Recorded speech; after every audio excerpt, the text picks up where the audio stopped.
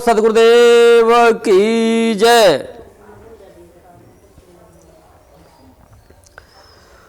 गुरु ब्रह्मा गुरु विष्णु गुरु देवो महेश्वर, गुरु साक्षात परब्रह्म तस्मै श्री गुरुवे नमः।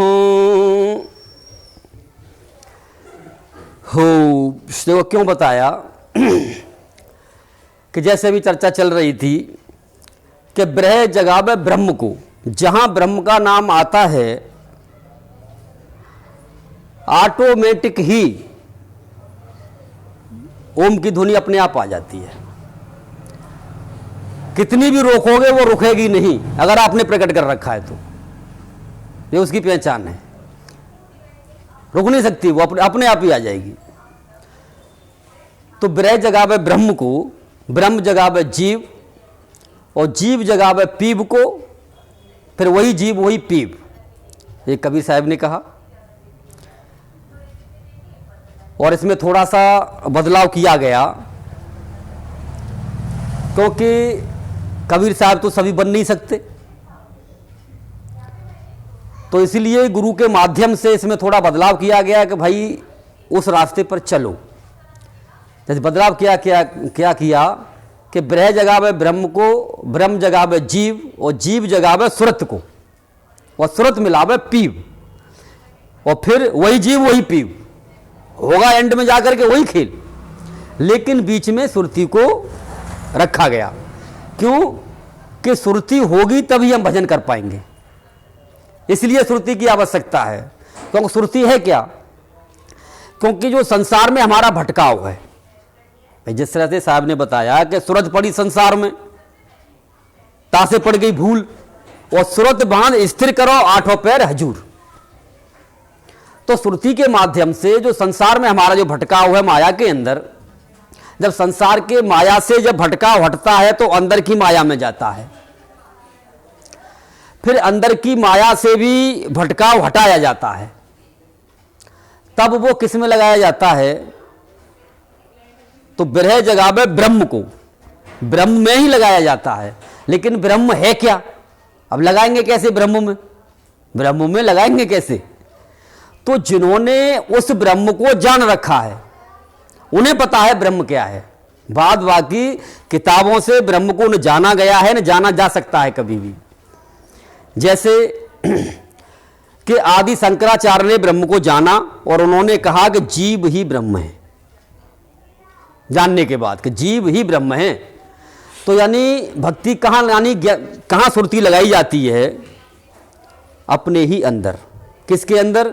जीव के अंदर। जीव के यानी आत्मा के अंदर ही सुरती को लगाया जाता है। अब उसी को शब्द भी कहा गया, शब्द भी कहा गया, जैसे कि जाप मरे अजपा मरे अनहदहू मर जाए, और सुरत समानी शब्द में ताको कालन खाए। तो हमने सुरती को कहां पर लगाना है, न तो किसी जाप में लगाना है, क्यों जाप मरे, जाप वाले भी मर जाएंगे, अजपा वाले भी मर जाएंगे, अनहद वाले भी मर जाएंगे। डायरेक्ट किस में लगाना है? शब्द के अंदर।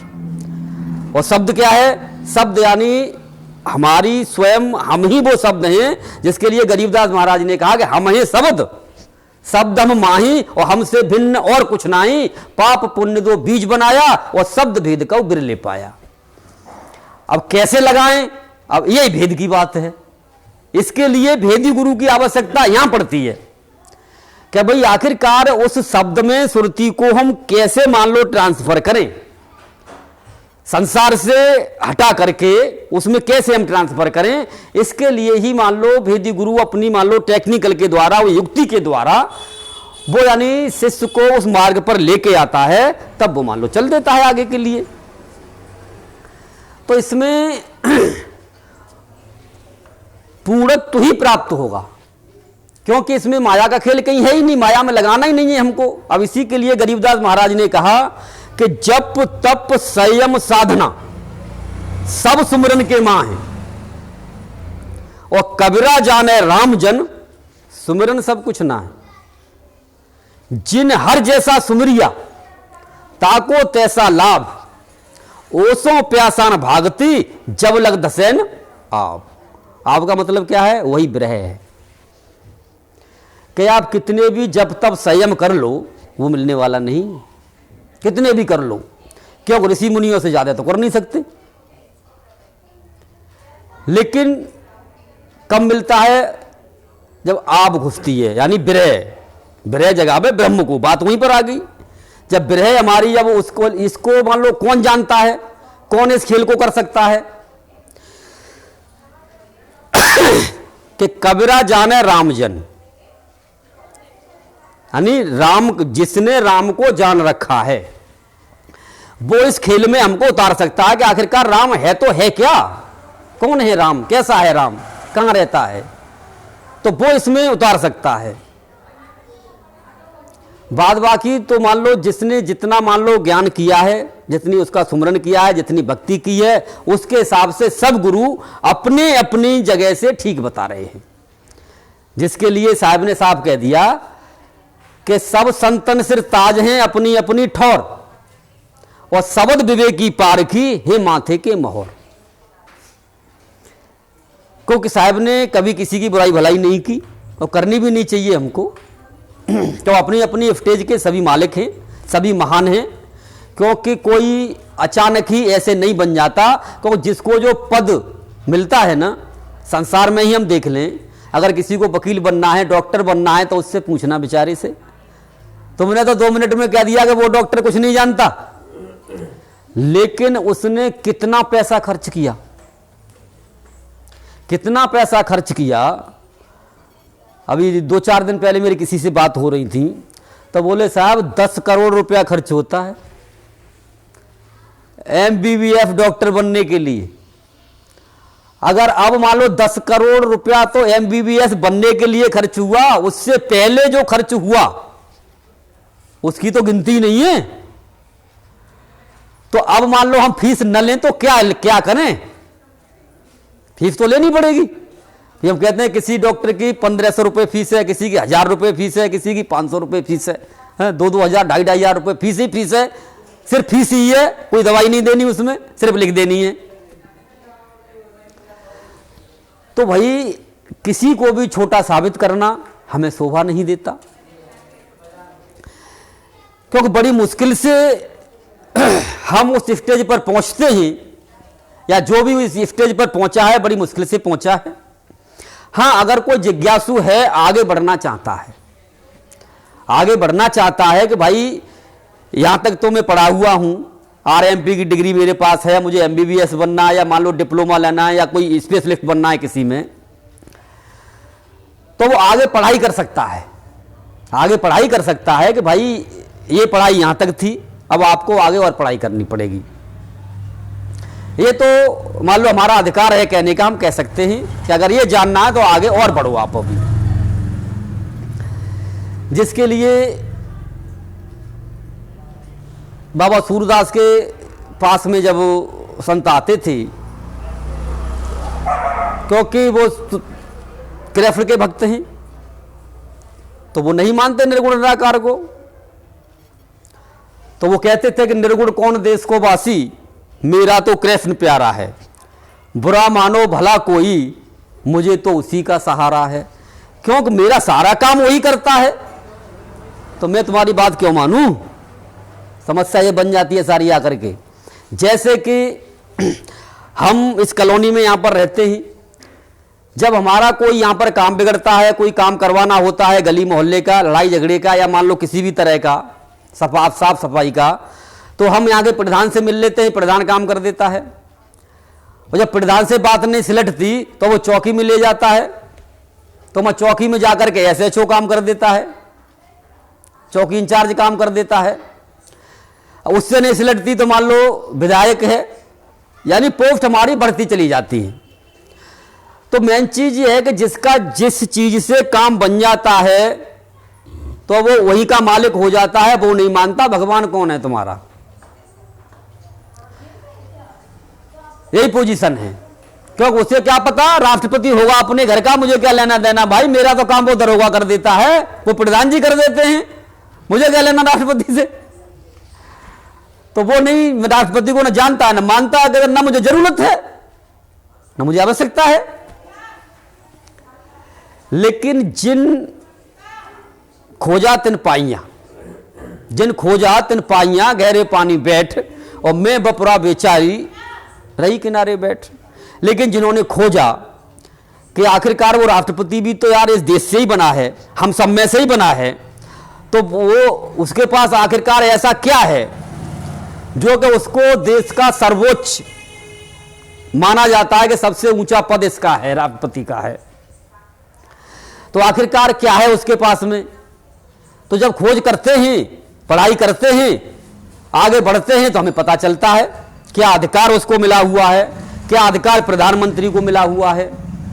तो इसी तरह से आध्यात्मिक में जब हम आगे बढ़ते हैं और खोज करते हैं, तो भाई ब्रह्मा विष्णु महेश को अधिकार मिले हुए हैं, उसके बाद ब्रह्म को अधिकार मिला हुआ है। ब्रह्म को अधिकार क्या मिला हुआ है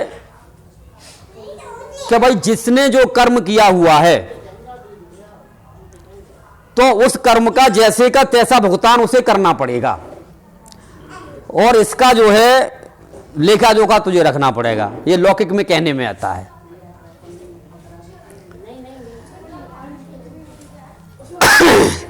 लेकिन जब हम देखते हैं कि भाई ब्रह्म से ऊंची भी स्टेजें बताई गई हैं, पार ब्रह्म भी है, तो हम जब पार ब्रह्म की स्टेज में आगे पहुंचते हैं तो पता चलता है कि भाई यहां तो ये कर्मों को भी काट दिया जाता है। ये तो कर्मों को, जिस तरह से राष्ट्रपति के पास पहुंचते हैं तो राष्ट्रपति फांसी को भी खत्म कर देता है, किसी की फांसी लग जाती है उसके पास अधिकार है। तो इसी तरह से मान लो जब पार ब्रह्म के पास पहुंचते हैं, हम उस स्टेज में जाकर के पहुंचते हैं, तो जो कर्म हमारे खत्म नहीं हो रहा था, किसी भी तरह से भोगना ही पड़ेगा, भोगना ही पड़ेगा, उसको यानी राष्ट्रपति की तरह से हमारा पार ब्रह्म खत्म कर देता है। तो जब खोजेंगे तभी तो बात चलेगी। अगर यही मान के हम बैठ गए कि यार ये तो हमारे किस्मत में ही लिखा था, हमारा, हमें तो भोगना ही भोगना पड़ेगा, तो रोते रहो, चिल्लाते रहो, और दुनिया रोते रोते चिल्लाते चिल्लाते चली जाती है। लेकिन जो खोजते हैं तो वो आगे बढ़ते हैं, जानते हैं वो आगे के लिए। अब पार ब्रह्म से आगे भी पूर्ण ब्रह्म को बताया गया, तो अब आखिरकार वो पूर्ण ब्रह्म क्या करता है, कौन है? तो यानी जब हम पूर्ण ब्रह्म की स्टेज में पहुंचते हैं, पहुंचा किसको जाएगा? इस जीव को ही पहुंचा जाएगा। इस शरीर के अंदर जो हम जो बैठे हुए हैं, हमारी ही वो स्टेजें बनेगी। इसीलिए महत्ता आपकी भी उतनी ही है जितनी है कि परमात्मा की है, जितनी की गुरु की है। फर्क सिर्फ इतना है, एक स्टेज पर बैठा हुआ है, एक अभी चलेगा, और एक निकृष्ट है जो चलना ही नहीं चाहता, तो वो संसार में भटकते फिरते 84 में। तो यानी पूर्ण ब्रह्म में पहुंच करके हमको ये पता चलता है कि यानी सतगुरु पूर्ण ब्रह्म है, सतगुरु आप अलेख, और सतगुरु रमता राम है या मैं मीनन मेघ। यानी जब हम इस रमते वाले राम को, जब इसको हम देखते हैं अपने अंदर, क्या मैं शरीर नहीं हूं, मैं तो ये आत्म तत्व हूं, हम अलग हो जाते हैं। मथते मथते ब्रह्म को मथा, ब्रह्म के बाद पार ब्रह्म को मथा, वहां जाके हम अपने कर्म काट के स्थिति में पहुंच गए। ब्रह्म में कर्म नहीं कटते, भोगना ही भोगना पड़ेगा भाई, जागे जैसी करनी, भोगना ही भोगना पड़ेगा। जब तो कहा कि मान लो दे धरे का दंड है, सबका ऊका हो, ज्ञानी काटे ज्ञान से, अज्ञानी काटे रोए, तो वो सोच लेता भैया मेरे ही कर्म का था, मेरे ही किया हुआ था, आज मैं भुगत रहा हूं। लेकिन पार ब्रह्म में पहुंच करके वो निल हो जाता है, और पूर्ण ब्रह्म में पहुंच करके अब वो ये समझ जाता है कि इस सबका कर्ता धर्ता कौन है, मैं ही तो हूं। कौन है? यानी सतगुरु है, जिसको सतगुरु कहा गया। तो सतगुरु कोई और नहीं, यानी मथते मथते जब हम मान लो उस स्थिति पर पहुंचते हैं, अपने को शरीर से अलग कर लेते हैं, तो यानी हम ही वो सतगुरु की स्टेज में जाकर के बैठ जाते हैं। तो अब कोई होगा जैसा सतगुरु कहीं और कहीं से आएगा, हा? या सतगुरु कोई और है? भाई ऐसा तो नहीं है। भाई जिस तरह से दूध के अंदर मक्खन को निकाला जाता है, इसी तरह से सत्य ज्ञान पर चल के, यानी आत्मज्ञान पर चल के, सत्य ज्ञान का मतलब है आत्मज्ञान पर चल के, यानी अपनी सुरती को उस आत्मा में किस तरह से मान लो विलोया जाएगा, उस ज्ञान में चल करके, यानी ये पोजीशन हमारी बनती है कि सतगुरु को हम जान जाते हैं कि सतगुरु ये है। और जब उसको हमने जान लिया, देख लिया, तो वही चार दाग से न्यारा भी है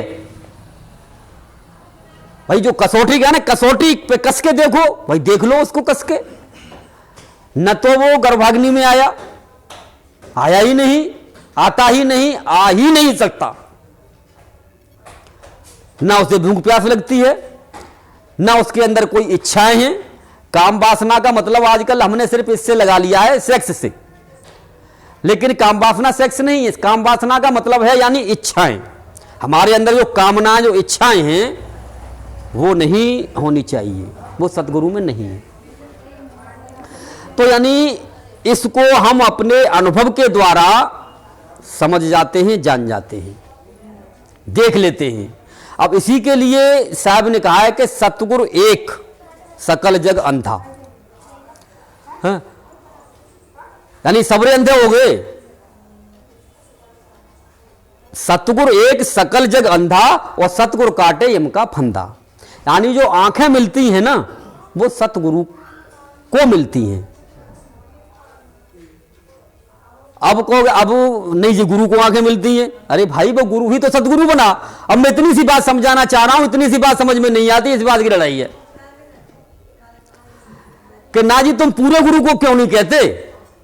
अरे भाई, वो पूरा गुरु ही तो सतगुरु है। अब ये प्रैक्टिकल में हम चलेंगे तब यानी इसका नीर छीर का करे निवेरा, कहें कबीर सोई हंस मोरा। तो जब तक यानी नीर छीर कर लिया और जब करेंगे नहीं, तब तक ये भ्रांति हमारी खत्म नहीं होगी कि गुरु अलग है, सतगुरु अलग है, साहिब अलग है, ब्रह्म अलग है, पार ब्रह्म अलग है, पूर्ण ब्रह्म अलग है, क्षर अलग है, अक्षर अलग है, नए अक्षर अलग है। ये सब पर्यायवाची शब्द हैं। लेकिन जब आपने कि सत्य की बात तो एक ही काफी है, लेकिन कब काफी है? जब आप उसमें उतर आओ तब। बार बार क्या बकना जी, तो फिर ये बकवास खत्म हो जाती है। क्योंकि आप चाहे तो इस बात को मेरे से पहली बार में कहलवा लो, चाहे पूरी जिंदगी मेरे से इसी बात को सुनते रहो। इसके अलावा मेरे पास ना कोई ज्ञान था, ना है, ना कभी होगा। क्योंकि सत्य तो बदला है कभी क्या।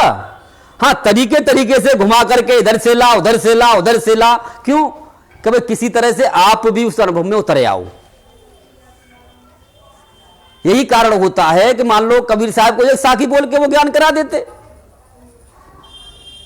क्या आवश्यकता थी? रमेनी भी घूस दी उसमें, शब्द भी घूस दिए, भजन भी लगा दिए, साखी भी लगा दी, और पता नहीं कहरा महरा दुनिया भर के जब हम खोल के देखते हैं बीजक को तो यार पागल हो जाते हैं। इतना लगा दिया उसमें। अब उसको समझते रहो, समझने के लिए इतनी पढ़ो, पहले पीएचडी करो, डबल पीएचडी करो, और फिर भी उसके बाद कबीर साहब का ज्ञान फिर भी समझ में ना आता। फिर भी समझ में ना आता। क्यों? कि ये ज्ञान अनुभव का ज्ञान है। तो अनुभव का ज्ञान तो अनुभव करके ही समझ में आएगा। अब कई लोग पूछते हैं तुम कितने पढ़े हुए हो? मैंने क्या करोगे जी? मैंने कहा हम तो अंगूठा छाप गुरु के चेला है। भाई कबीर साहब अंगूठा छाप भी तो थे, तो हम तो भाई ऐसे गुरु के चेला हैं। तो मैं हमारे पढ़ाई लिखाई से तुम्हें क्या लेना देना? भाई डिग्रियों की आवश्यकता, हाँ ज्ञान की बात करो तो बात अलग है। साहब ने साफ कह दिया कि मस कागज छुओ नहीं, कलम गहीना हाथ, लेकिन चार गुण का महात्म कबीर मुखे जनाई बात। लेकिन चारों युगों के शास्त्र बने हुए हैं कि सत्ययुग, द्वापर, त्रेता और कलयुग अनुमान, और सार शब्द साँच है और सब झूठा ज्ञान।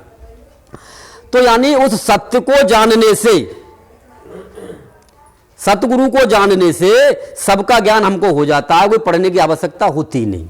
पढ़ाई लिखाई औरों के लिए होती है, अनुभव वाले के लिए पढ़ाई लिखाई की आवश्यकता ही नहीं होती। उसने तो सारा कुछ पढ़ लिया। क्यों? कि जिस पढ़ाई से, जिससे जो लिखा जाता है या जो बोला जाता है, कारण कबीर मुखे जनाई बात, तो तो मान लो अब ये बोलने वाला है, इस बोलने वाले को ही हमने जान लिया, ये कौन है बोलने वाला। अब इसके लिए देखो और कहा गया कि इतना आसान नहीं है, लेकिन हम इनको सीढ़ी बाय सीढ़ी अभी मैंने बताया। जब आप सत्य ज्ञान पर चलेंगे तभी वहां तक पहुंच सकते हैं, लेकिन रास्ता हमारा ठीक होना चाहिए। क्या कहा कि इंद्री जिव्या मूलह द्वारा सकल लोक को कहिए काला। बोले सब काल के ज्ञान है, करने नहीं है, क्यों करें भाई हम काल के ज्ञान को? फिर कह नहीं जी नीम क्यों नीम मजबूत करें भाई, है? क्या आवश्यकता है नीम मजबूत करने की? बना बनाया मकान हमारे सदगुरु ने हमें दे रखा है, तो हमें क्या जरूरत है भाई? तैयार दे दिया ना बना के उन्होंने। तो अब जो जिस बात को वो कह रहे हैं कि इंद्री जिव्या मूल है द्वारा, अब ये किनके लिए है? योगियों के लिए। योगियों के लिए ही एक अपनी नींव मजबूत करते रहो, एक एक लाख वर्ष तक तपस्या की तब नहीं जान पाए, तो अब क्या जानोगे? खाक। तभी उन्होंने कहा कि भाई इन चीजों को अलग छोड़ो, कि इनको काट। काट का मतलब बोले कि इनमें पड़ना ही नहीं है, इनको एक तरफ रख दो उठा करके, कि इनको काट, जमा को खोले। यानी जमा का मतलब जो हमारी जड़ चेतन की जो ग्रंथि है, हमको यही नहीं पता कि हम शरीर हैं या हम मान लो आत्मा हैं। ये कैसे मान लो पर्दा हटेगा, कैसे ये ग्रंथि खुलेगी? तो मैंने पिछली बार बताया था ग्रंथि कुछ नहीं है, झूठी ग्रंथि है, इसीलिए देर लगती है इसमें। लेकिन किसी सच्चे गुरु के पास हम पहुंचते हैं तो वो यानी उसको खोल लेता है, बता देता है। आपको ही लगता है कहां यार गांठ फाट लगी हुई है, कहीं नहीं लगी हुई, अज्ञानता की गांठ थी वो, तो वो खोल देता है। कब खुल जाती है? मिलते मिलाते, सत्संग करते कराते कब खुल गई हमें खुद पता नहीं होता, लेकिन कब पता चलता है? हम चिल्लाते फिरते हैं उसके लिए, कहां खोगो कहां खोगो, तो फिर क्या कहते हैं कि भाई बगल में छोरा और नगर में ढिढोरा। तो वो वाली बात होती है। तो मान लो उसकी मृग की तरह से कि मृगा नाभ बसे कस्तूरी और उलट सुगंध नाभ की लीनी, वो तो आप ही आप पछताओ। यानी जिस समय वो थक थक के घूम घूम के दौड़ दौड़ के थक जाता है ना, खुशबू कहां से आ रही है, खुशबू कहां से आ रही है, खुशबू कहां से आ रही है, और गिर गया बेचारा। तो यहां ज्ञान गिरने का है। इसको चाहे अहंकार टूटना समझो या यूं समझो कि हम थक गए जी, अब हमारे बस की बात नहीं है, ना जा हम मन काबू में कर सके, ना जा सुरतीय काबू में कर सके, हमारे बस की बात कुछ नहीं है। अब तो यानी हमने समर्पण कर दिया, तुम जानो तुम्हारा काम जाने। इसी के लिए हमारे सब संतों ने कहा है, जो भी पहुंचे हुए हैं, इससे पहले कुछ नहीं होता। तो जब मान लो हमें यह पता चलता है कि अपनो पो अपने ही में पायो, तो हम खुद यानी अपने अज्ञानता पर, किसी और पर नहीं, अपनी अज्ञानता पर हमें बड़ी खींच होती है। बोले यार मैं बेवकूफ था, हम सोचते हैं ना कि यार मुझे उसने बेवकूफ बनाया, उसने गलत बताया, उसने गलत बताया। और हम क्या सोचते हैं, हम ही बेवकूफ थे ना, हम थे, इसलिए तो उसने बना लिया हमें बेवकूफ। नहीं किसी की हिम्मत हमें बेवकूफ बना ले, हम बनते हैं तभी हमें कोई बेवकूफ बनाता है। तो हम दूसरे पर दोषारोपण क्यों करें? तो साहब का ज्ञान देखो एकदम बिल्कुल साफ सुथरा है, कहीं उसमें मिलावट नहीं है। मिलावट तो ये जो नीचे वालों ने की है मिलावट, जो ऊपर पहुंचे किसी ने भी मिलावट नहीं की। तो साहब ने सतगुरु के लिए क्या कहा? सतगुरु के लक्षण कहूं, मधुरे बेन विनोद, 4 वेद 6 शास्त्र का कहा 18 बोध। अब ये सतगुरु कह रहे हैं इस बात को, मान लो कबीर साहब कह रहे हैं मैं सतगुरु के लक्षण बता रहा हूं तुम्हें, भाई परमात्मा स्वयं उसके लक्षण बता रहे हैं। लेकिन गुरु लोग क्या कहेंगे आजकल? अरे वेदों में तो है ही नहीं, पुराणों में तो है ही नहीं, मां तो है ही नहीं, मां तो है ही नहीं, मेरे पास है मैं दूंगा तुम। अब जी मैं ही ना मिल लो, हाँ, अब वो मैं के पास में हम जाते हैं तो वो मैं नहीं मिलता। अगर वो मैं मिल जाए, और वो मैं कब मिलता है कि जब ये मैं जावा, तो यही मैं खत्म नहीं हो पाती, तो वो मैं आवा। अब वो कैसे उतरे हमारे अंदर? वो उतर नहीं पाता। लेकिन अब ज्यादातर है क्या कि हम ज्यादातर इसी चक्कर में लगे रहते हैं कि दूसरे को नीचा कैसे दिखाया जाए, दूसरे की बात को गलत साबित कैसे किया जाए। लेकिन मैं यह कोशिश करता हूं कि सबकी बात को सत्य साबित कैसे किया जाए, सत्य साबित कैसे किया जाए, मैं इस चक्कर में रहता हूं क्योंकि साहब ने भी साहब कहा कि सब संतन श्रिताज हैं, उनको विचारों को छोटा न किया जाए। चाहे मान लो वो तुलसीदास हो, चाहे रविदास हो, चाहे कबीर साहब हो, चाहे कोई भी हो, चाहे आजकल के मान लो जो संत महात्मा हैं वो हैं। हाँ, रही बात मान लो उनकी करनी की, तो भैया रे ये तो संसार का खेल है, जैसी करनी और वैसी भरनी, उसमें तो मैं भी कुछ नहीं कर सकता और कोई कुछ नहीं कर सकता। लेकिन कोशिश ये रहती है क्या उनके ज्ञान को भी सही साबित किया जाए। ज्ञान की बात कर रहा हूं, उनके कर्मों को मैं सही साबित नहीं करता और न करूंगा, क्योंकि हर जीव के कर्म अपने अलग अलग होते हैं, लेकिन ज्ञान सबका एक ही होता है। वो नहीं पहुंच पाया बेचारा तो वो उसकी कमी है। जैसे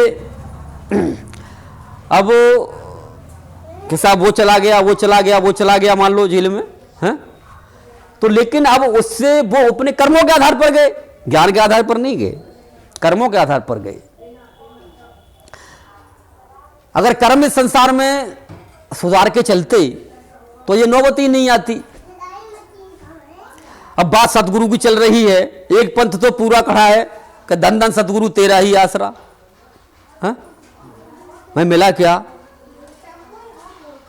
मैंने की आसरे में तो जब पहुंचोगे ना, उसकी छत्र छाया में तो जब पहुंचोगे जब वो मिलेगा। तो यहां आकर के वो चुप हो जाते। बोली तो हम बोले कि भाई हमें यही नहीं पता चलता, मेरे सामने सत्संग होता है उनका जो है, तो हाँ, तो बोले जी ये बताओ तुम कौन सी किताब से सत्संग बोलते हो। मैंने कि भाई मेरी कोई किताब नहीं है, मेरी वो किताब है कौन सी जिसको कहा जाता है ना आसमानी किताब। मैंने कही वो आसमानी किताब कैसे उतरती है, वो आसमानी किताब न तो वेद है, न कुरान है, न बीजक है, कोई आसमानी किताब नहीं है। लेकिन जो साधक साधना कर करके वहां पहुंच गया तो उसके अंदर ही वो आसमानी किताब उतरती है। इसी के लिए कबीर साहब ने कहा कि खान बान सब बीज मिटाकर, ये बीज हैं बाणी और खानी, खान बान सब बीज मिटाकर बीजक ज्ञान रहता है, कहें कबीर बीजक धन पाया राम स्वरूप कहलाता है।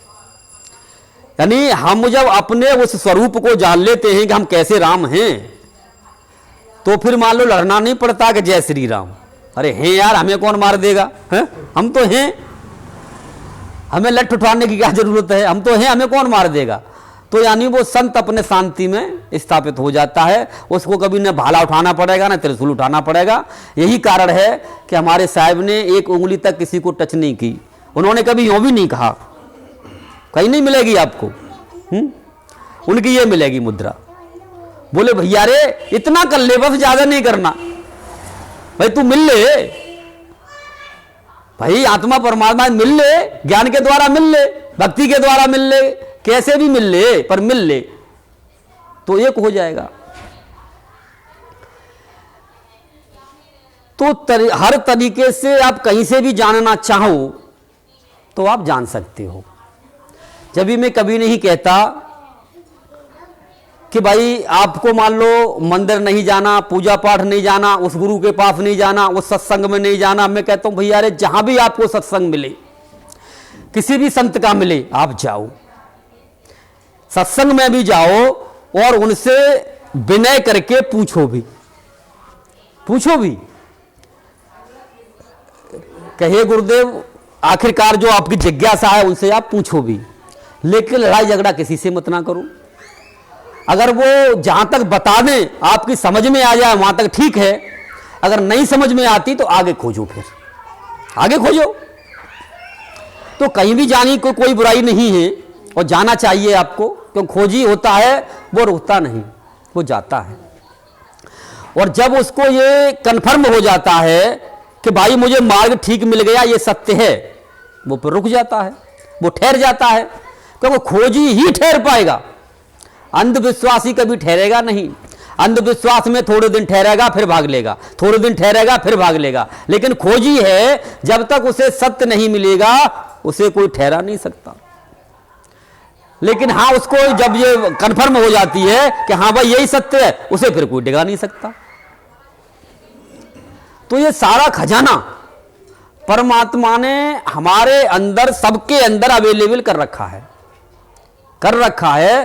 तो उसी खजाने को यानी वो ओपन कर देता है। जो मान लो पूर्ण गुरु है, इस खजाने को वो ओपन कर देता है, तुझे कहीं भागने की आवश्यकता नहीं है। तेरा खजाना तेरे अंदर, तुझे अच्छा क्या चाहिए बोलो भाई, क्या चाहिए? तो जो चाहिए उसको प्रदान कर देता है। भाई यहां से चाबी खोल और ले ले, निकाल ले जिस मर्जी की। तो यानी वो चाबी, भाई जिसके लिए साहब ने कहा कि राम नाम सत्य है लेकिन चाबी गुरु के हत्थ है, इसलिए गुरु की मर्यादा है कि भैया रे चाबी तो अब गुरु से ही मिलेगी। यहां चाबी मिल गई तो खोल के आप जिस कभी घर में घुसो और वहां से जो मर्जी माल चाहिए उसे निकाल लाओ और यूज करो। लेकिन चाबी तो चाहिए ना, चाबी नहीं है तब तक तो उठापटक करनी पड़ेगी भाई। लेकिन ये हमारी अज्ञानता है कि चाबी किसी को दे दी या किसी ने ले ली तो हमें वो भूल जाएगा, भूल ही नहीं सकता। मैं स्टाम्प पेपर पर लिख के दे दूं आपको, अगर जिसको आपने चाबी दी वो अगर वो भूल गया, आपको भूल गया तो चाबी खो गई, वो चाबी खो गई, कभी नहीं भूल सकता, क्योंकि वो भूल ही चाबी है भूल ही चाबी है वो। इसी के लिए कबीर साहब ने मान लो कहा कि गुर सीढ़ी से उतरे, गुर सीढ़ी से उतरे शब्द विमुखा हो, ताको काल घसीटे रोक सके ना कोई। तो हमें सोचे कि भैया रे हम इसको चाबी दे दें और ये तो चाबी लेके भाग जाएगा, माल ले जाएगा मेरा, नहीं हो सकता। क्योंकि मैं पहुंचते पहुंचते वो चाबी गुम कर देगा भाई ताला खोलने का नंबर आएगा ना तो वो चाबी ही गुम हो जाएगी। देखेगा कि जैसे कहते हैं ना खुल जा सिम सिम, और सिम सिम का माया का जब चकाचौंध देखता है ना तो सिम सिम का शब्द ही भूल जाता है, सिम सिम का शब्द ही भूल गया तो फिर वो कहेगा कि खुल जा बाजरा, खुल जा मक्का। कहानी पढ़ रखी है हमने, बचपन में पढ़ी थी अली बाबा 40 चोर की। तो चोर तो महाराज चोर ही होता है, वो कभी सफल होता नहीं, वो अपना ही नुकसान करेगा, मरेगा ही मरेगा। तो इसलिए सतगुरु कभी यह नहीं देखते कि ये चोर है, ये छल कपट वाला है, ये बेईमान है। उनकी नजरों में तो समरस होता है, सब एक जैसे होते हैं, क्योंकि वो चाबी ही ऐसी है, वो चाबी ही स्वयं सतगुरु है, वो देता है। अगर आपकी मर्यादा टूटी तो आप भूल ऑटोमेटिक, थोड़े से उसमें मैंने सारी चीज बता दी है आपको। तो अब इसी के लिए हमारे साहब बार बार इसी बात को घुमा फिरा करके लाएंगे कि मेरे सतगुरु दे रहे लारे, सतनाम सुमिर मन में लारे, सतनाम सुमिर मन में लारे, भगवान सुमिर मन में लारे, मोरे साहब दे रहे लारे। यानी सतनाम का सुमिरन जब तक नहीं हो सकता जब तक आपका मन मैला है, सीधी सी बात है। क्यों? सतनाम सतनाम तो चिल्लाओगे, लेकिन हकीकत में जो सतनाम कहा नहीं जाता, सुना नहीं जाता, चिल्लाया नहीं जाता, वो आखिरकार कोई वस्तु है, उसको कब हम जान पाएंगे? जब हम गुरु के मार्ग पर चलते हैं, सत्य के मार्ग पर हम चलते हैं, तो हमारा मन जब जे निर्मल होता है, मन निर्मल होता है, तब यानी सत्य नाम को हम जान पाते। सत्य नाम कोई और नहीं है, आप स्वयं ही सत्य नाम हो। जैसे साहब ने कहा ना सत्य नाम हृदय धरो और भयो है पाप को नाश। ज्यों चिंगारी आग की पड़ी पुराने घास। हृदय में तो वो है, रखा हुआ है, रखा हुआ है। अब जो ना के मान लो उठा के कोई रखेगा, वो पहले से अवेलेबल है, तभी आप जिंदा हो। लेकिन गुरु सिर्फ मैंने बताया ना कि वो चाबी दे करके उस भूल को समाप्त कर करके उसका ज्ञान करा देता है। जिसको जड़ चेतन की ग्रंथि भी कहा, तरह तरह से मान लो इसमें आएंगे। जब आप मान लो एक सत्य को समझ जाते हैं तो फिर बार बार साखी बताने की मुझे आवश्यकता नहीं पड़ेगी।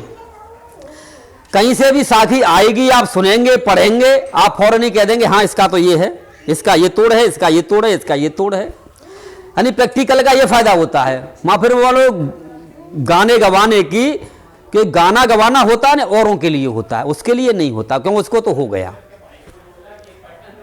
औरों को सुनाने के लिए, औरों को जगाने के लिए कि भाई वो भी इस मार्ग में आए, उनके लिए होता है ये मान लो साखी शब्दों का कहना, सुनाना, कि वो भी इस मार्ग पर आए। लेकिन जो आ गया ना, उसमें आ गया तो उसका तो वो हो गया, तो वो ऑटोमेटिकली उसको मान लो सारी साखियों का ज्ञान हो जाता है फिर कि भाई ये प्रैक्टिकल हो गई, इसका प्रैक्टिकल ये उतर गया, इसका ये उतर गया, ये इसका ये उतर गया।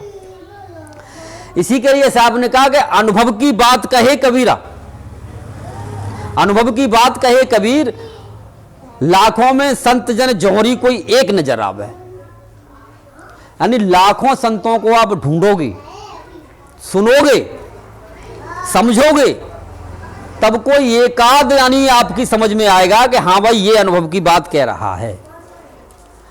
तो जब आपकी समझ में आ गया ना, तब साहब ने कहा है कि बाणी से पहचानिए चोर साहू का घाट, अंतर की करने की मुख से निकली बात, तब आप उसे पकड़ पाएंगे, वैसे नहीं पकड़ सकते। क्योंकि वैसे तो गुरु को कोई जान ही नहीं सकता गुरु क्या बलाए है। क्योंकि गुरु को मान लो जानने के लिए तीसरी अवस्था में पहुंचना पड़ता है, हमको तीसरी अवस्था में पहुंचना पड़ता है, तब जाकर के यानी गुरु से हमारा परिचय होता है। और जब गुरु से परिचय होता है ना, सबसे परिचय हो जाता है। जैसे कहा ना आदि कहते हैं, भाई शुरू में लिखा है ना आदि पुरुष एक पेड़ है, परमात्मा पहले यहां ने अक्षर कहा और यहां पर आदि पुरुष कहा। तो अब जब हमारा मान लो उस गुरु से परिचय होता है, तो अब आदि कहते हैं, आदि में तू क्या था, तो आदि पुरुष से एक पेड़ है, तो आदि में तू क्या था, यानी यहां पारख होता है। फिर अपने अनुभव में पहुंच करके यहां पारख होता है कि आदि में कोई और नहीं, तू ही आदि में था। लेकिन अब ये लास्ट की स्टेज है। अब हमारे पास तो महाराज मार्ग तक नहीं होता उसमें सत्य पे चलने का, और हम बातें कर देते हैं मान लो आदि पुरुष की नए अक्षर की, तो कहीं ना कहीं मान लो हम फंस जाते हैं उसमें। कोई ध्वनि में फंस जाएगा, कोई मान लो प्रकाश में, कोई कहीं ना कहीं फंस जाएगा बेचारा। लेकिन सही मार्ग है भाई, जिसके लिए कहा कि तन मन शोध भया जब ज्ञाना, तब लख पावे पद निर्वाणा। पद निर्वाणा का मतलब है जिससे सब कुछ बना है। बात वहीं पर आ गई। वहां नेचर कहा, यहां निर्माण पद कहा, यहां आदि पुरुष कहा। तो आद कहते हैं, अबऊ कहते हैं, अंत कहेगा सोए। ये वक्ता जो लख पड़े, ये आखिरकार बताने वाला कौन था? अभी जो आपको बता रहा है वो ब्रह्म बता रहा है, लेकिन इन चीजों को बता दे। आदि में आप क्या थे, अब आप क्या हैं,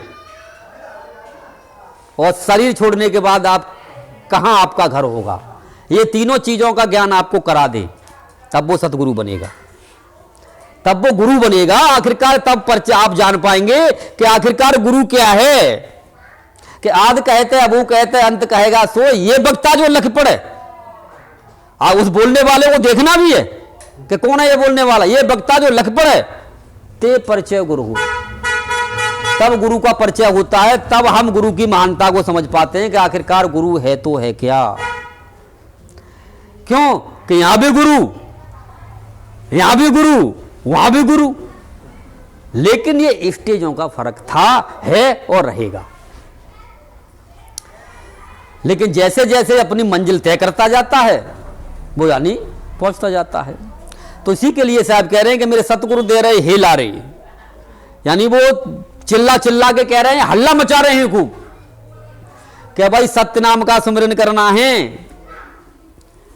लेकिन सत्य नाम का सुमिरन कैसे हो, कैसे हम उसको जान पाएं, क्योंकि मन हमारा मलिनता में भरा हुआ है, इसलिए हम जान नहीं सकते। अब इसी के लिए हमको जो है गुरु के मार्ग पर आना पड़ता है। जहां बात चल रही थी ना ब्रह्म की, कि ऐसा सतगुरु हम मिले, यानी ब्रह्म मीन्स आत्मा, आत्मा मीन्स जीव, ब्रह्म, ये सनी सब ये एक ही कैटेगरी की चीजें हैं।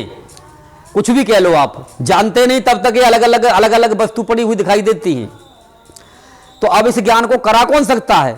गरीबदास महाराज बता रहे हैं कौन करा सकता है, कि ऐसा सतगुरु हम मिले, यानी ऐसा सतगुरु हमको मिले, यानी सतगुरु मिले।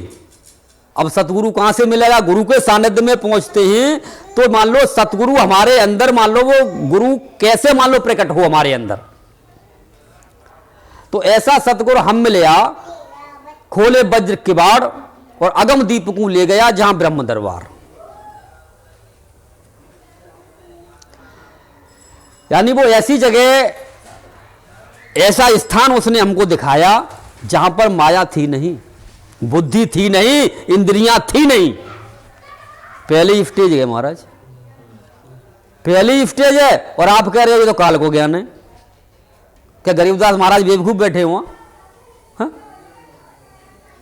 जब वो इस बात को कह रहे हैं, मैं प्रैक्टिकली करके इस बात को कह रहा हूं, लेकिन इस ज्ञान पे चलो तब ना। लेकिन मैं कह रहा हूं महाराज का जो ब्रह्म है ना, वो जीव है ना, वो स्वरूप है ना, वो आत्मा है ना, वो एक ही चीज है। लेकिन जब भेदी से भेद मिलके हम जब उसमें चलते हैं, उतरते हैं, तब ये चीजें हमारे अंदर घटित होती हैं। उससे पहले नहीं हो सकती, क्योंकि उससे पहले तो तुमको कह दिया गया कि ब्रह्म तो काल होता है, जीव तो काल होता है, आत्मा तो काल के बंधन में पड़ी हुई है। तो पहले से इस तरह की बातें भ्रांतियां कर दी तो आप कहां ज्ञान करोगे ही नहीं, तो आप जान कैसे पाओगे? यही भ्रांतियां पड़ी। इसीलिए मान लो हम और ज्ञानों में चले जाते हैं जो सत्य ज्ञान है वास्तव में। अरे हम भी तो देखें भाई, ब्रह्म 14 लोगों को नाच नचाने वाला है, 14 लोगों को घुमाने वाला है, तो आखिरकार है तो है कैसा, हम भी तो देखें यार उसको। तुम मान लो माया के खेल को देखना चाहते हो, दुनिया भर की मान लो प्रकाश देखना चाहते हो, अनंत देखना, दुनिया भर की चीजें देखना चाहते हो। अरे इसको देखो ना, इसको भी देख ले तो कौन सी बुराई है, क्योंकि ये भी तो कोई पावर है। हाँ, इसको देख लोगे तो आपको फिर पता चल जाएगा कि मान लो है तो है क्या। लेकिन अब इसका ज्ञान न होने की वजह से, ये रास्ता न होने की वजह से गुरु न उतरे हैं इसमें, इसलिए उतार नहीं पाते। क्यों? कि ब्रह जगह पे ब्रह्म को।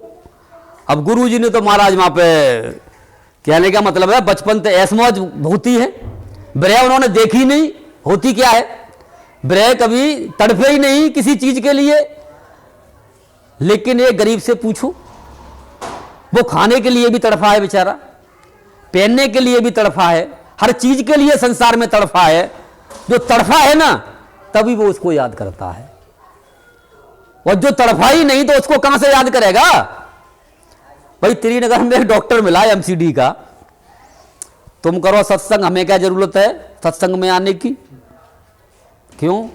बोले मैं डॉक्टर, मेरी घरवाली डॉक्टर, मेरे बेटे की बहू मास्टरनी है, बेटा मेरा प्रिंसिपल। बोले सारे घर में सब सेट हैं, जिनको नहीं मिला वो करेंगे, मुझे परमात्मा ने सब कुछ दिया है, मैं फिट हूं। वो क्यों करेगा भाई? हाँ, तो यही आजकल समस्या है समाज की, कि जिनके पास में प्रारब्ध के अनुसार सब कुछ मिला हुआ है, उन्हें लेना देना नहीं सत्संग से, तुम्हारे भगवान से। बोले तुम भागते फिरो, हमें क्या, हमें तो परमात्मा ने सब कुछ दे रखा है। अब एक दिन हुआ क्या कि उसके कोई गड़बड़ हो गई आंख में, एक हफ्ता हो गया पार्क में आया नहीं। तो उधर से निकले तो हमने कि हाँ साहब, मैंने कि पार्क में कौन नहीं आ रहे आजकल, क्या चक्कर है? बोले बुके से ये मत ना पूछ, मैंने क्यों, क्या हो गया? बोले मुझे 1 के 2 दिखाई देते हैं। डॉक्टर भी फेल हो गए, 1 के 2 दिखाई देते हैं। बोले एक बात तो देख, कुत्ते ने काट लिया, मैं देख रहा हूं कुत्ता इधर से आ रहा है और मैं कुत्ते में टकरा गया। तो बोले मैं घर से जाऊं तो जाऊं कैसे? इधर को मुझे दिख रहा है कि भाई खड्डा है और मैं खड्डे से बच के निकल रहा हूं, खड्डे में ही जा गिरा। बोले डॉक्टरों को दिखा लिया, डॉक्टर सब फेल हो गए, उन्होंने कह दिया कोई नस दब गई है भाई, मैं इलाज कराओ। और क्या किया जा सकता है भाई? क्यों कि आध्यात्मिक तो है ही नहीं, भगवान तो है ही नहीं, तो वहां तो डॉक्टर हो तो सब कुछ अवेलेबल है, इलाज कराओ भाई। तो जब तक हम फंसते नहीं ना, तब तक हमें न तो संतों की याद आती है और ना ही भगवान की याद आती है कि हमें तो सब कुछ दे रखा है, हम तो अवेलेबल है। लेकिन अवेलेबल वालों को भी मैं ये कहता हूं कि महाराज मरोगे तो फिर भी, लेकिन आखिरकार यह सोचो मरने के बाद तुम्हारा क्या होगा। तो कुछ तो इतने ढीठ होते हैं, बोले कुत्ता बिल्ली बनेंगे और क्या होगा। हाँ? इतने ढीठ होते हैं महाराज, अब उनसे तुम क्या ज्ञान कराओगे, उनको क्या समझाओगे?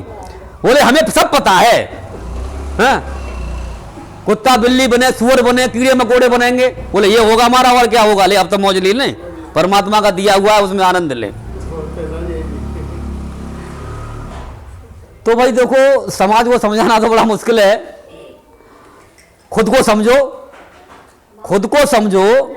जब हम खुद को समझते हैं, खुद को जानते हैं, इसी साहब ने जब ही कहा कि भाई तू अपने को जान ले, तेरी सारी समस्याओं का समाधान हो जाएगा। क्योंकि अगर तेने अपना नहीं जाना तो तू संसार को देख देख के रोता रहेगा। और जब अपने को जान जाएगा ना, फिर तू रोएगा नहीं। क्योंकि अगर कोई फिर तुझे पता चल जाएगा ना, कहेगा नहीं लेकिन पता तुझे चल जाएगा कि ये जैसे मैंने अपने कर्मों का भोग भोगा, बोले आज ये भी भोग रहा है, तू रोएगा नहीं। हाँ इतना बस कहेगा कि भाई तू बचना चाहता है ना तो मेरे रास्ते पे आ जा, तू भी हंसेगा,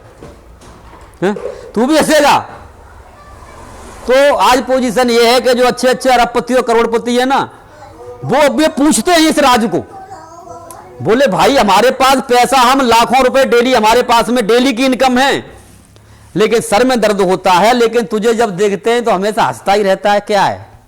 मैं ढूंढो भाई, क्या है भाई? मैंने ढूंढा है उसको, तुम भी ढूंढो। और मैंने कि चाहो ना मिले तो मेरी तरफ चले जाना, खिसक करके मैं चुपके से बता दूंगा। मैंने कि भाई तुम सबके सामने तुम्हारी बेइज्जती होती है, मैं चुपके से भी बता दूंगा, चिंता ना करो। क्यों? किसी तरह से उस रास्ते पर तो चलो यार। मैं तो ये चाहता हूं किसी तरह से चलो, अहंकार में भी चलो तो सही, कुछ तो मार्ग तय करोगे, लेकिन अहंकार में भी कुछ मार्ग तय करोगे तो आपका अहंकार टूट जाएगा। लेकिन जब चलोगे ही नहीं तो महाराज अहंकार कहां से टूटेगा। तो इसी के लिए साहब कह रहे हैं कि मेरे सत गुरुदेव रे हिला रे, सतनाम सुमिर मन मैला रे। तो सतनाम का सुमिरन जब तक नहीं हो सकता जब तक हमारा मन मैला है। और मन मैला, आगे भजन तो देखो लंबा है लेकिन मेन पॉइंट खोल देता हूं, वो टाइम हो रहा है। देखिए साहब ने क्या कहा कि यानी शब्द गुरु चित चेला रे, शब्द गुरु चित चेला रे, कि एक ही डाल पर बैठे हुए हैं दोनों, एक ही डाल पर दोनों बैठे हुए हैं, कि एक डाल दो पंछी बैठे, कौन गुरु कौन चेला रे, कौन गुरु कौन चेला रे। और रामानंद का कहे कबीरा, शब्द गुरु चित चेला रे। अब ये साहब कह रहे हैं कि मान लो शिष्य कौन है और गुरु कौन है, और मैं गुरु हूं, मेरे को क्यों ना मानता। अरे भाई तुमको भी माना जाएगा, तुमको नहीं मानेंगे हम तो आगे पहुंचेंगे कैसे? माना तुमको भी जाएगा, लेकिन ये नहीं है कि हम मान लो सारी जिंदगी नर्सरी की क्लास में ही पढ़े रहे, ये भी तो ये गलत बात है। हम उस शब्द स्वरूपी को, जो शब्द है उसको हम कब जानेंगे? शब्द गुरु चित चेला रे कब जानेंगे? जब हम चेला बनेंगे।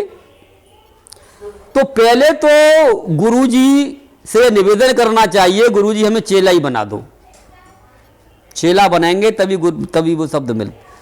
लेकिन अब होता क्या है कि जो मिला सो गुरु मिला, हाँ, जो मिला सो गुरु मिला, चेला मिले न कोई। मैंने बताया ना भाई, अभी मैंने बताया कि मान लो जो दादमोदे कोसों दूर हैं तो वो भी कहते हैं भाई हमारे पास आ। एक तो मिला शेर बाजार वाला, बोले यार यहाँ खुट्टू खुट्टू करता रहता है काले कपड़ों में, तू है मेरे पास आ जा, 10,000 रुपये लगा, तेरे का शेर बाजार में देख निकलवाता हूँ, आराम से खेलेगा, मौज करेगा। मैंने कहा तुम भैया मौज करते रहो, मेरी तो इसी में मौज आ रही है, मुझे तो इसी में मौज आ रही है जो परमात्मा ने मेरे को कर्म दिया है। जिस तरह से मान लो रविदास महाराज को जूते बनाने में मौज आती थी, तो मुझे तो आज जूतों की डाई बनाने के लिए दे दिया, मेरा तो प्रमोशन कर दिया, तो मेरे को बहुत ज्यादा मौज आनी चाहिए। लेकिन अब बाद में क्या पता चला, थोड़े दिन बाद मैंने कहा वो कहां गए साहब, तो नेवी के रिटायर्ड अफसर थे। बोले वो तो मर गए। मैंने कैसे मर गए? वो हार्ट अटैक हो गया। बोले हार्ट अटैक कैसे हो गया? बोले वो शेयर बाजार में पैसा लगा दिया ज्यादा और वो हार गए। तो हमारा दुनिया अपनी तरफ कहने का मतलब है कि जो मिला सो गुरु बना मिला और चेला मिले न कोई। तो मान लो कहने का मतलब यह है कि सब मान लो जो कुछ न कुछ सभी जानते हैं और वो अपनी तरफ ये चलाना चाहता है कि मेरे हिसाब से चल, मेरे हिसाब से चल, मेरे हिसाब से चल। तो भाई तुम्हारे हिसाब से नहीं चला जा सकता। अब साहब क्या कह रहे हैं कि भैया रे गुरु के पास हम जाते ही तो पहले तो गुरु हमको चेला बनाए, चेला बनाए। चेला कब बनाएगा कि शब्द गुरु चित्त चेला रे, जब हमारे चित्त की चंचलता खत्म होगी। चेला बनाए तो अपना इस तरह का सत्संग दे, इस तरह का हमको ज्ञान कराए जिससे कि हमारे चित्त की चंचलता खत्म हो जाए, कि हम शिष्य बन जाएं। क्यों? शिष्य बन गए तो सारा काम हो जाएगा। एक ही जगह तो बैठे हुए हैं वो, एक ही दूर थोड़े ना है, एक ही डाल पर बैठे हैं, एक डाल दो पंछी बैठे, एक गुरु एक चेला। और रामानंद का कहे कबीरा, रामानंद वाले ज्ञान में नहीं जाना, ये जो ड्रामेबाजी है ना सारी बामन अक्षर की, बामन गद्दी के मालिक थे रामानंद जी। तो बामन गद्दी यही है जो आजकल जो ज्ञान चलाए जा रहे हैं हमारे अंदर, ये बामन गद्दी यही है, बामन के ज्ञान चलाने वाले, सब कुछ वो जानने वाले थे। हम गुरुओं के पास जाते हैं, साहब कबीर ज्ञान चाहिए, पकड़ा देते हैं रामानंदी वाला, है बामन वाला पकड़ा देते हो, बोले ये तो रामानंद का ज्ञान है, ये ब्राह्मणों का ज्ञान है, ब्राह्मणों को गाली देते हो तुम। तो कबीर का ज्ञान बताओ ना कौन सा है। मां नानी मर जाती है, कबीर का ज्ञान हो तब बताए ना। और कबीर का ज्ञान वही जान सकता है जिसके पास में ब्रह्म ज्ञान है, और जिसके पास ब्रह्म ज्ञान है वही ब्राह्मण है। बाकी सब खत कौम है। साहब ने साहब का दिया पोथी पढ़ पढ़ जगमुआ, पंडित बयान कोई, माँ ये लिखा है, माँ ये लिखा है, माँ ये लिखा है। बोले पंडित हो तुम तो, पोथी पढ़ने वाला, किताबों का ज्ञान कराने वाले को पंडित कहा है।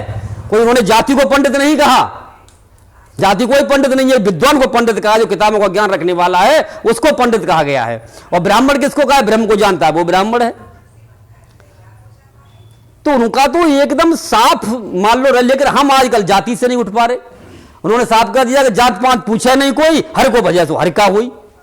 लेकिन हम जात पात से नहीं उठ पा रहे, शरीरों से नहीं उठ पा रहे, पंथों से नहीं उठ पा रहे। तो किस तरह से मान लो सत्य को हम जानेंगे? तो सत्य को जानने के लिए तभी हमको ये खोज करनी पड़ेगी। आजकल खोज करना बड़ा आसान हो गया है। आसान क्यों हो गया है कि साहब ने कह दिया कि बोली से पहचानिए चोर साहूकार, ज्यादा सुनने की आवश्यकता नहीं है। जितने भी धुरंधर गुरु बैठे हुए हैं, जो भी मिलता है एक सत्संग सुन लो आप, एक सारी निकल के आ जाएगी उसकी, उसमें वो क्या है क्या नहीं है। ज्यादा सुनने की आवश्यकता नहीं पड़ेगी। एक ही सत्संग में 10 मिनट में 5 मिनट में ही पूरा उसका निकल के आ जाएगा ब्यौरा कि ये जानता क्या है। तो विवेक को अपना स्ट्रांग करो। बहुत अच्छा किया है आजकल वो साहब ने कि भाई इस तरह का विकास हो गया। नहीं तो पहले किताबें लिख करके इधर उधर भेजो, पैदल चल करके यहां ज्ञान कराओ, वहां ज्ञान कराओ, वहां ज्ञान कराओ। तो भाई सारा कुछ देख करके तो मेरे तो गुरु ने और सतगुरु ने दोनों ने मुझे तो ये कह रखा है कि भैया रे तू जहां बैठा है मैं ज्ञान करा। तो मैं क्यों भागू भाई? सारी चीजें अवेलेबल मुझे यही मिल रही है, हैं? भाई यही करा, मेरे को तो यही याद है। तो फिर भी स्त्री होना पड़ेगा तुम्हें भाई, कहीं भी घूमाओ। घूमने के बाद में फिर भी आओगे तो अपने घर में ही लौट के, तो घर में बैठ के ज्ञान कर लो ना, क्यों भागने की आवश्यकता है? भागा अभी जनाने के लिए भाग रहे हम, तो पहले संत क्यों भागते थे जनाने के लिए? साधन नहीं था, साधन नहीं था, इसलिए उन विचारों की मजबूरी थी। भाई गुरु नानक देव की और भी संत जो हमारे हुए हैं सबकी मजबूरी थी कि पैदल पैदल जा रहे, साधन नहीं था। आजकल अवेलेबल है सारे साधन, तो हमारा साधन जब घर बैठे ही अवेलेबल है, जिसको आवश्यकता होगी, जिसका विवेक स्ट्रांग होगा, जो समझेगा, अपने आप खिंचा चला आएगा। हमको क्यों मान लो बेमतलब भागने की दौड़ने की आवश्यकता है? क्योंकि परमात्मा ने सब कुछ अवेलेबल यही कर रखा है। तो बोलो सतगुरुदेव की जय, ने तत्व गुरु राम कुमार साहेब की जय, सभी संत महात्माओं की जय। सत साहेब। बोलो गुरुदेव मुकेशानंद साहेब।